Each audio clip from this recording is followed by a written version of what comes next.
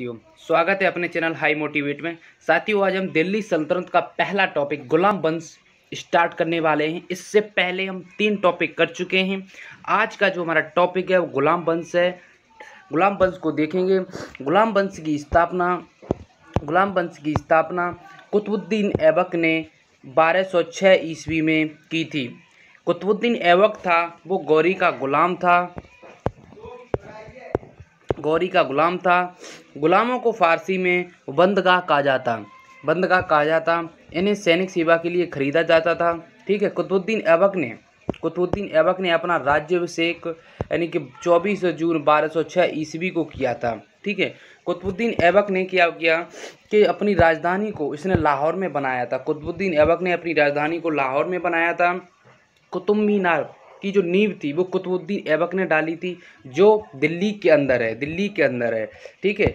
दिल्ली का जो कुवत उल इस्लाम मस्जिद यानी कि दिल्ली का जो था कुवत उल इस्लाम मस्जिद और 2.5 दिन का जो झोपड़ा अजमेर में है, कुतुबुद्दीन ऐबक ने ही इसका कार्य पूरा करवाया था। ठीक है, निर्माण करवाया। कुतुबुद्दीन ऐबक को लाख बख्श कहा जाता था। लाख बख्श उसे कहा जाता है जो लाखों का दान करता था। कुतुबुद्दीन ऐबक की मृत्यु 1210 ईस्वी में चौगान खेलते हुए हो गई थी। ठीक है। और इसे क्या किया, लाहौर में दफनाया गया था। इसके बाद ऐबक का उत्तराधिकारी आराम शाह हुआ जो 8 महीनों तक शासन किया जिसने। ठीक है, जिसने 8 महीनों तक शासन किया। आराम शाह की हत्या करके इल्तुतमिश गद्दी पर बैठा 1211 में। आराम शाह की हत्या कर दी और इसके बाद इल्तुतमिश आया और 1211 ईस्वी में दिल्ली की गद्दी पर बैठा। इल्तुतमिश तुर्किस्तान इलवरी तुर्क था जो ऐबक का गुलाम था, जो कुतुबुद्दीन ऐबक का गुलाम था और दामाद भी था। ऐबक की मृत्यु के समय वह बदायूं में गवर्नर था। यानी कि एक क्वेश्चन बनता है, जैसे गुलामों का गुलाम किसे कहते हैं, वो कुतुबुद्दीन ऐबक को कहते हैं, क्योंकि जो कुतुबुद्दीन ऐबक था वो मोहम्मद गौरी का गुलाम था और कुतुबुद्दीन ऐबक का गुलाम था इल्तुतमिश। इसलिए एक क्वेश्चन बनता है, इल्तुतमिश को गुलामों का गुलाम कहा जाता है। इल्तुतमिश ने क्या किया था कि अपनी जो राजधानी थी लाहौर से लाकर दिल्ली लाया। ठीक है। इसने क्या किया, हौज ए सुल्तानी का निर्माण दिल्ली ए कोयना के निकट करवाया था। ठीक है। इसके बाद क्या होता है कि जैसे कि इल्तुतमिश पहला शासक था जिसने 1229 में बगदाद के खलीफा से सुल्तान की पद को वैधानिक स्वीकृति प्राप्त की। इल्तुतमिश पहला शासक था जिसने 1229 में बगदाद के खलीफा से सुल्तान की पद की वैधानिक स्वीकृति प्राप्त की। इल्तुतमिश की मृत्यु 1236 ईस्वी में हो गई थी। अब देखते हैं इल्तुतमिश द्वारा किए गए कुछ महत्वपूर्ण कार्य। यानी कि इसने किया था, सबसे पहले कार्य किया था जो कुतुब मीनार की जो नींव कुतुबुद्दीन ऐबक ने डाली थी, इसे इसने क्या किया कि कंप्लीट करवा दिया। इसके बाद क्या किया, इसने दूसरा कार्य किया था, सबसे पहले शुद्ध अरबी सिक्के जारी किए जो चांदी का टंका एवं तावा का जीतल। ठीक है। इसने क्या किया, एकता प्रणाली स्टार्ट की। इसने और एक चौथा कार्य किया था कि 40 गुलामों का सरदार संगठन बनाया जो तुर्कान-ए-चहलगानी के नाम से जाना गया। इसके बाद क्या हुआ, सर्वप्रथम दिल्ली के अमीरों का इसने दमन कर दिया। जो दिल्ली के जितने भी अमीर थे उन सब का इसने दमन कर दिया था। ठीक है। इसके बाद देखते हैं, जो चंगेज खां से बचने के लिए ख्वारिज्म के सम्राट जलालुद्दीन को इसने अपने शरण नहीं दी थी। इल्तुतमिश ने शरण नहीं दी थी। अब जैसे कि इसके बाद जब इल्तुतमिश इसकी मृत्यु हो जाती है, इसके बाद इसका बेटा आया रुकनुद्दीन फिरोज, वह गद्दी पर बैठा। मगर ये अयोग्य शासक था, इसलिए ज़्यादा समय तक टिक नहीं पाया। मगर इसका जो शासन था, इसकी माँ थी जो शाह तुर्कान छाई रही थी, मगर इसकी माँ ने शासन किया था शाह तुर्कान। अब शाह तुर्कानों के जो शाह तुर्कान के से परेशान होकर जो तुर्की अमीर थे वो उन्होंने क्या किया कि रुकनुद्दीन फिरोज को हटा दिया। इसके बाद किया उसने रजिया को गद्दी पर बैठा दिया। अब रजिया पहली जो प्रथम महिला मुस्लिम थी जिसने शासन की बागडोर संभाली थी। ये क्वेश्चन बनता है, वह पहली महिला मुस्लिम कौन थी जिसने शासन किया, वो थी रजिया सुल्तान। इसके बाद क्या हुआ, इसने रजिया सुल्तान ने बहुत सारे कार्य किए अलग अलग। इसने क्या पर्दा प्रथा का त्याग कर दिया। इसने पुरुषों की तरह जाती थी चौगा कावा एवं कुला टोपी पहनकर राज दरबार में खुले मुंह से जाने लगी। इसके बाद क्या हुआ कि जैसे कि इसने जो मलिक जो जमालुद्दीन याकूत को अमीर आखुर यानी कि अमीर ए आखुर जो घोड़े का सरदार होता है इसे नियुक्त कर दिया। मगर ये बात थी जो गैर यानी कि जो तुर्की अमीर थे उनके विरुद्ध चली गई, क्योंकि जो गैर तुर्क को इसने सामंत बनाया रजिया सुल्तान, मगर उन्होंने क्या किया कि तुर्की अमीर थे इसके विरुद्ध चले गए, इसे बंदी बनाकर दिल्ली की गद्दी पर मुइजुद्दीन बहरम शाह को बैठा दिया, यानी कि रजिया को हटा दिया और मुइजुद्दीन बहरम शाह को गद्दी पर बैठा दिया दिल्ली के में।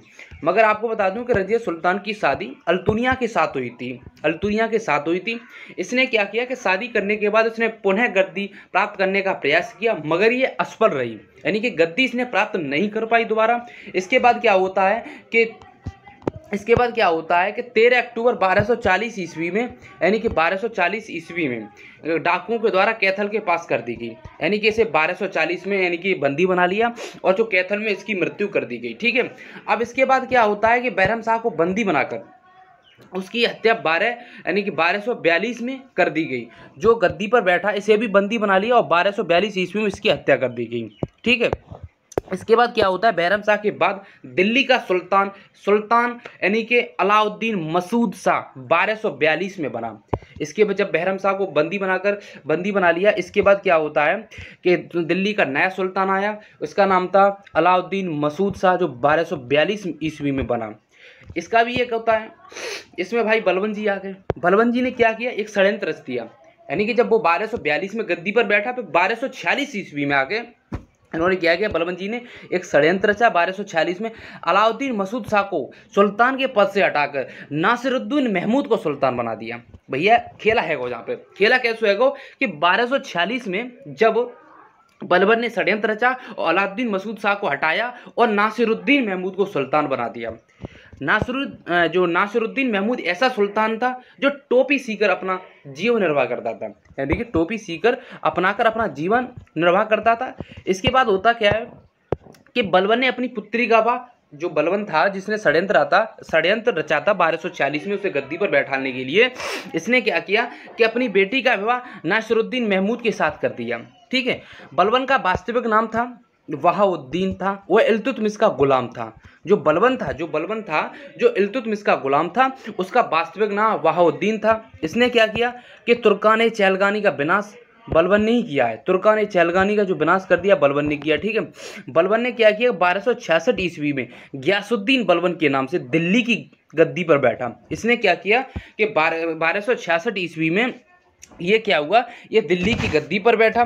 इसके बाद क्या होता है कि यहाँ मंगोलों के आक्रमण से जब दिल्ली पर आक्रमण कर रहे थे मंगोल, और दिल्ली की रक्षा करने में ये सफल रहा, इसने आक्रमण करने में ये सफल रहा। इसके बाद क्या होता है कि जैसे कि राज दरबार में सिजदा एवं पैबोस की जो शुरुआत बलबन ने ही की है। सिजदा एवं पैबोस की शुरुआत किसने की थी, सिजदा एवं पैबोस की जो शुरुआत बलबन ने की थी। बलबन ने फारसी रीति रिवाज पर आधारित नवरोज उत्सव को प्रारंभ किया। बलबन ने ही जो फारसी रीति रिवाज पर नवरोज उत्सव को प्रारंभ किया। इसके बाद क्या होता है, इसने लौह रक्ति अपनाई, यानी कि बलबन ने अपने विरोधियों के विरुद्ध कठोर लौह एवं रक्ति की नीति का पालन किया।